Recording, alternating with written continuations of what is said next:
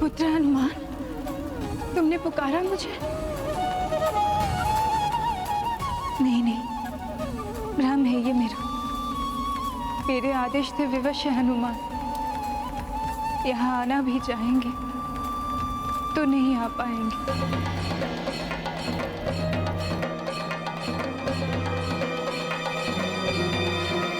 तुमने मेरा आदेश नहीं सुना हनुमान। जाओ यहाँ से और लौट कर कभी मत आना।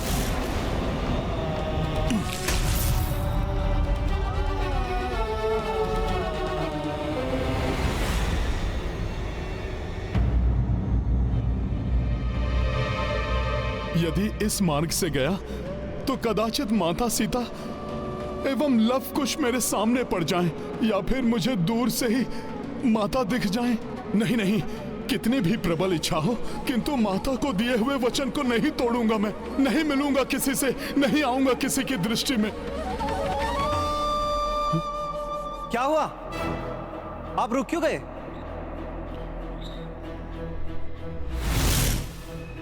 किन विचारों में खोए हैं? मैं विचार कर रहा था कि बाएं मार्ग से होकर जाएं या फिर दाएं मार्ग से। बाएं मार्ग से जाना उचित होगा। किंतु वो मार्ग सैनिकों के निकलने के लिए उचित नहीं है। यात्रा के आरंभ के पूर्व ही हमने मार्ग के बारे में सारी जानकारी प्राप्त कर ली थी। सेनापति जी, ये मार्ग उचित है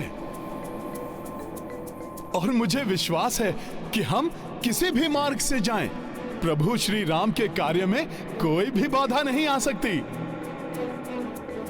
सेनापति जी, इस ओर से जाने पर हम शीघ्र ही गंतव्य तक पहुंच जाएंगे। किंतु हनुमान जी, उस ओर ऊंची पहाड़ी है,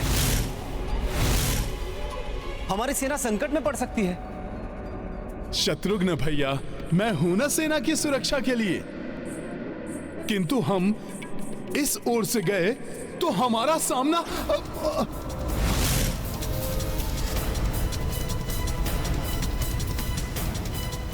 आप आइए, ये मार्ग उचित है। हनुमान जी, सेना का नेतृत्व मैं कर रहा हूं, अतः आपको भी मेरा निर्णय मान्य होना चाहिए।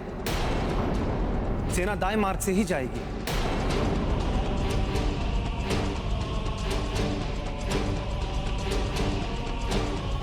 चलिए।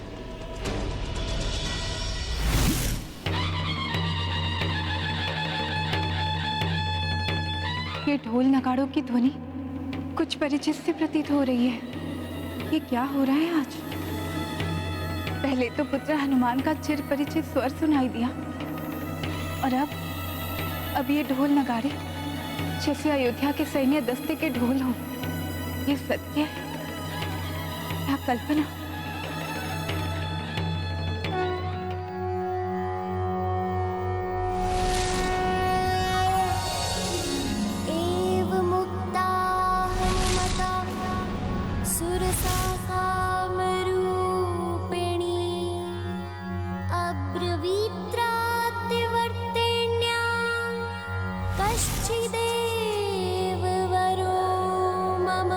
ज्ञात नहीं अब क्या होगा।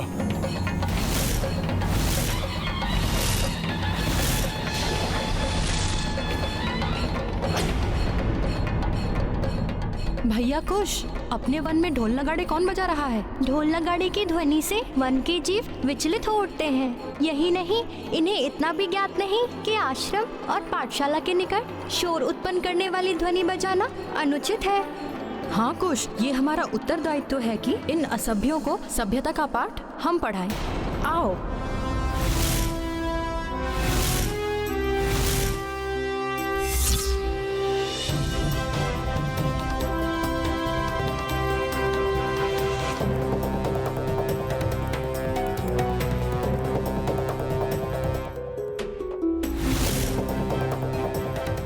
ये दोनों क्यों जा रहे हैं उस ओर? आश्रम अब निकट ही है। माता सीता और दोनों बालकों को कोई देख न ले। उन बालकों को तो आभास भी नहीं होगा कि उनका सामना किनसे होने वाला है।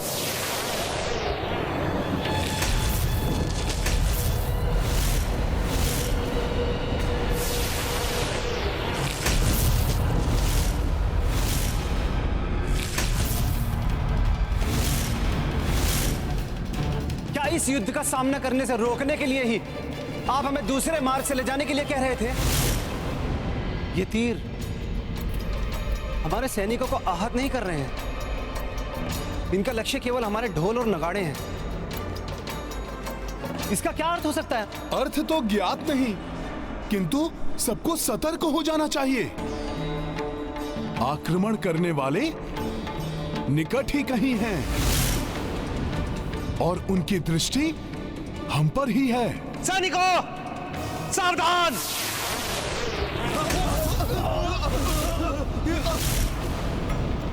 आक्रमणकारियों, छिपकर आक्रमण करना विरोचित नहीं है। साहस है तो सामने आकर वार करो।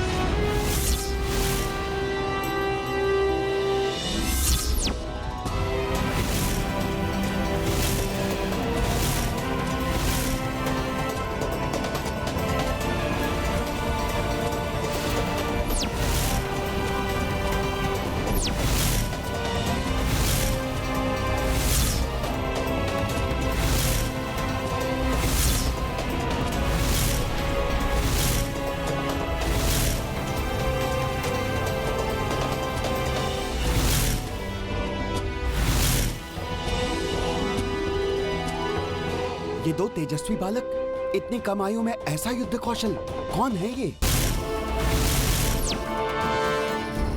प्रतीत हो रहा है ये लवकुश ही हैं।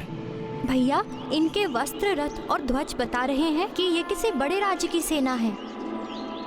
बड़े राज्य के होकर भी इन्हें इतना भी बोध नहीं कि शोर मचाने से वन की शांति भंग होती है।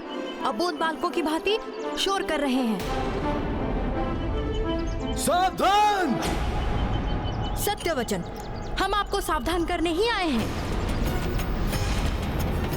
जहाँ जाना है जाइए, किंतु शांति से। तीव्र ध्वनियों से वन की शांति न भंग करे।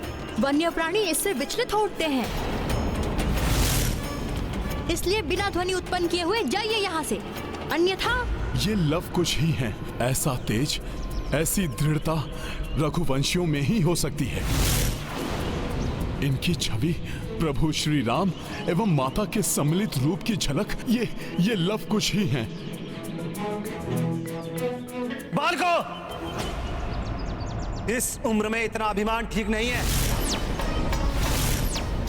तुम दोनों सेना के महत्वपूर्ण अभियान में बाधा उत्पन्न कर रहे हो। हम कोई बाधा नहीं पहुंचा रहे हैं। शांति से निकल जाइए। बिना ध्वनि उत्पन्न किए हुए हमें कोई आपत्ति नहीं होगी, अन्यथा हम आगे नहीं जाने देंगे। बालक, तुम बहुत हठी हो। मुझे तुम्हें मार्ग से हटाना होगा। तो हम भी विवश हैं।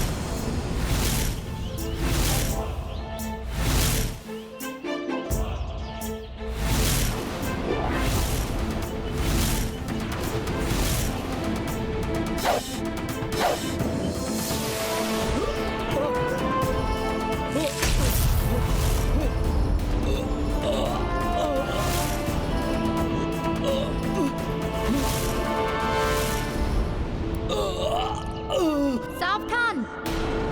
जो भी आगे बढ़ेगा उसकी यही दशा होगी। बालकों, हमारा मार्ग मत रोको। हमें बहुत ही विशेष कार्य हेतु इस ओर से निकलना है। हमारी बात मान लीजिए, निकल जाइए यहाँ से, अन्यथा हम किसी को डग भर भी आगे नहीं जाने देंगे।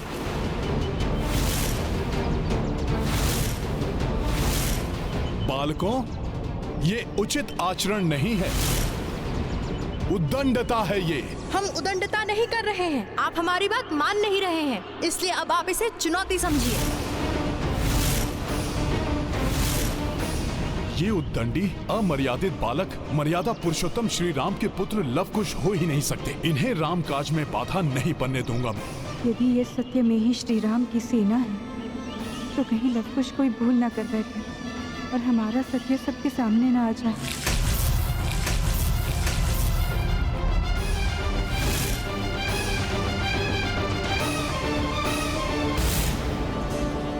लवणासुर के संहार के लिए हमें विलंब तो हो ही रहा। अब ये दो बालक जो हमारा मार्ग रोके खड़े हैं, कौन है ये दोनों? ये उद्दंडी लवकुश हो ही नहीं सकते। सर्वथा अनुचित है इन बालकों का प्रभु श्री राम की सेना को रोकना। जो हमने कहा वो करिए, अन्यथा आपकी भी वही दशा होगी जो आपकी सेनापति कालजीत की हुई।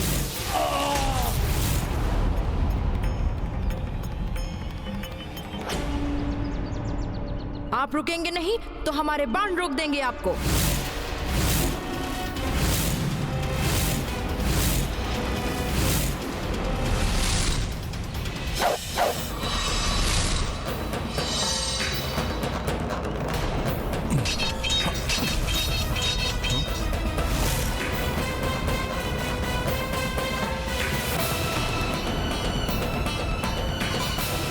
इन बालकों का इतना तो साहस!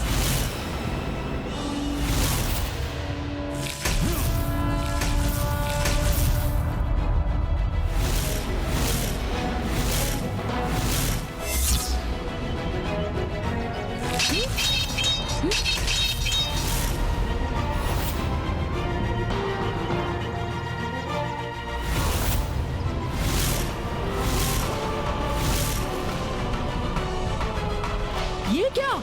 इन्होंने तो हमारे बाण को ही उल्टा कर दिया। उनसे हमें ही घेर लिया।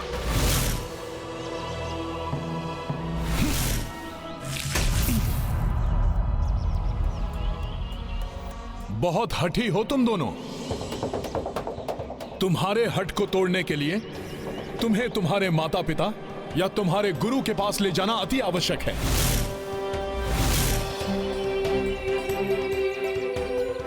रुक जाइए। मुझे ज्ञात हो गया है ये बालक कौन है और हमें इनके साथ क्या करना चाहिए।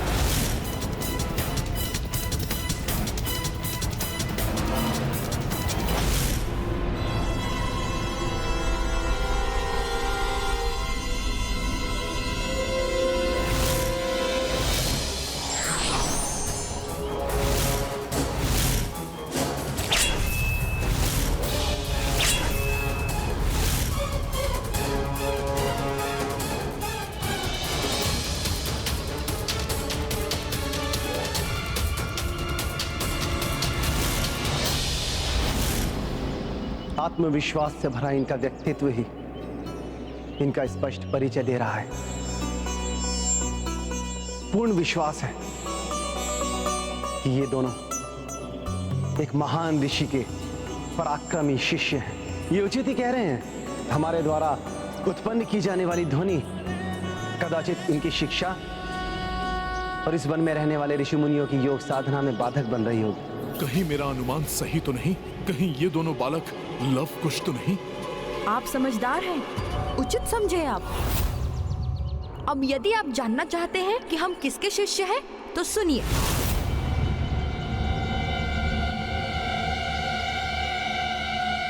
हम महर्षि वाल्मीकि जी के शिष्य हैं।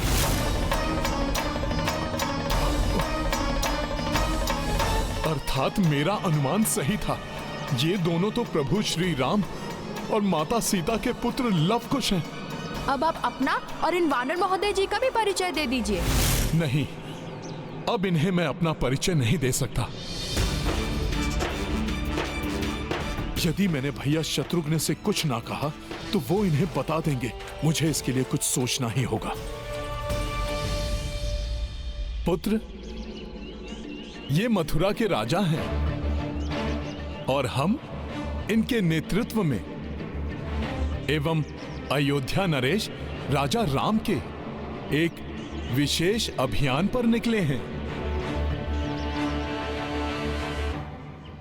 वही श्री राम जिनकी कथा गुरुदेव हमें कंठस्थ करा रहे हैं। हमें क्षमा कर दीजिए। हम प्रभु श्री राम के कार्य में बाधक बने। बहुत बड़ी भूल हो गई हमसे। हम दंड स्वरूप उठक बैठक करने के लिए भी प्रस्तुत हैं। अरे नहीं नहीं, इस सब की आवश्यकता नहीं है। मैं तो अति प्रसन्न हूं कि आपके गुरुदेव श्री राम की कथा आपको सुना रहे हैं। गुरुदेव ने तो संपूर्ण रामायण की रचना कर दी है, 24 सहस्त्र श्लोक की। वे राम भक्तों से मिलकर अत्यंत प्रसन्न होंगे। आप लोग आश्रम आइए ना। तुमने मेरा आदेश नहीं सुना हनुमान, जाओ यहाँ से और लौट कर कभी मत आना। नहीं, शत्रुघ्न भैया महर्षि वाल्मीकि जी के आश्रम गए तो वहां उनकी माता सीता से भेंट हो जाएगी। भैया शत्रुघ्न समझ जाएंगे ये दोनों प्रभु श्री राम के ही पुत्र हैं। ये समाचार प्रभु श्री राम तक भी पहुंच जाएगा। मुझे भैया शत्रुघ्न को आश्रम जाने से रोकना ही होगा। नहीं नहीं, जब तक राम काज अधूरा है हम अपने मार्ग से नहीं हिल सकते। आप लोग तनिक भी समय नहीं निकाल सकते? कितने महान तपस्वी और ऋषि हैं महर्षि वाल्मीकि, और उनका आश्रम भी निकट ही है। हमें सर्वप्रथम उनके पास जाकर उनका आशीर्वाद लेना चाहिए, उसके बाद ही आगे बढ़ना चाहिए। यदि हम आश्रम गए तो हमारा सत्य इन बालकों के समक्ष उजागर हो जाएगा और भैया शत्रुघ्न भी वहां माता सीता को देखकर समझ जाएंगे कि ये दोनों बालक और कोई नहीं प्रभु श्री राम के ही पुत्र हैं। बाहर क्या हुआ होगा? मेरे पुत्रों ने कुछ किया तो नहीं? गुरुदेव गुरुदेव, देखिए हम किन्हें साथ लाए हैं।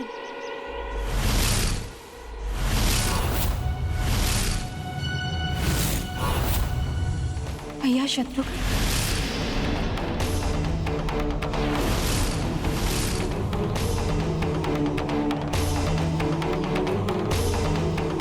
कहीं हनुमान ने सब कुछ बता तो नहीं दिया? नहीं नहीं, मेरा पुत्र हनुमान अपना वचन कभी नहीं तोड़ेगा। हनुमत लांघिना आश्रम देहरी, किए स्मृत दय वचन वैदेही। किए ऋषि शत्रुघ्न अभिनंदन, द्वार पे ठिठ के केसरी नंदन। ये गाथा महाबली हनुमत की, रुचि कर लीला राम भगत की। जय जय जय रघुनंदन राम, जय जय जय महाबली हनुमान। ऋषिवर, आपके दोनों शिष्य बड़े ही विलक्षण हैं। सूर्यवंशियों जैसे गुण हैं इनमें। कैसी विडंबना है ये कि मैं इन्हें ये भी नहीं बता सकती कि ये इनके ही भ्राताश्री के पुत्र हैं। यदि प्रभु का माता से वियोग ना हुआ होता तो कदाचित रघुकुल के राजपुत्र भी ऐसे ही होते। ये तो अच्छा ही है कि भैया शत्रुघ्न को कुछ ज्ञात नहीं।